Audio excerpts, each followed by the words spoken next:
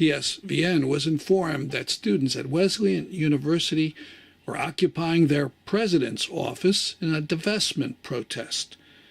When we came to cover the rally, after we snapped one picture, we were kicked off campus. So we did our interview with a spokesperson on the sidewalk.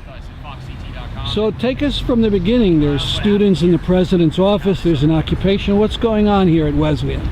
Well, from the very beginning, we used to be a number of different campaigns, and we still are to a certain extent. I have been working on the fossil fuel divestment campaign since my freshman year here at Wesleyan in the spring 2013 when that was first founded. And then the Students for Justice in Palestine is a different group that has been pushing for BDS.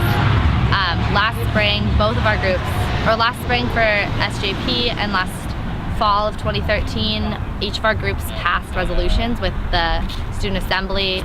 Just earlier this semester, the Committee for Investor Responsibility, another student group, presented divestment from coal to the Board of Trustees, but they have delayed votes. We've had lots of conversations. They haven't resulted in any hard yeses or nos or movement or real progress. And so that kind of brought us to this moment we were all at, where we decided to come together as a coalition to really demand action. So who is inside, who is outside? What's the situation now? At about noon, there was about 37 students inside. There's still a large quantity, which we'll see what happens. The building closes at 5. I'm not quite sure what everyone's personal decisions are there. The students outside were all planning on eventually going inside, but they shut down the building. I came in around 12:30 and I couldn't get in because I was doing other things. So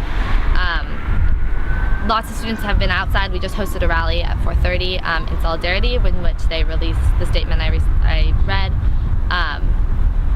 and just like to have a rally for solidarity. So a number of students came out for that as well. So people are planning to stay in until their demands are met? Yeah. And could you just summarize them again? So it's a public endorsement of by the university president of the divestment from the prison industrial complex. Also, a commitment to use his influence as university president to make that prison industrial complex divestment become a reality. Also committing to weekly updates to the coalition about the status of these divestment movements and their progress, specifically about the prison industrial complex, as well as, I'm so sorry,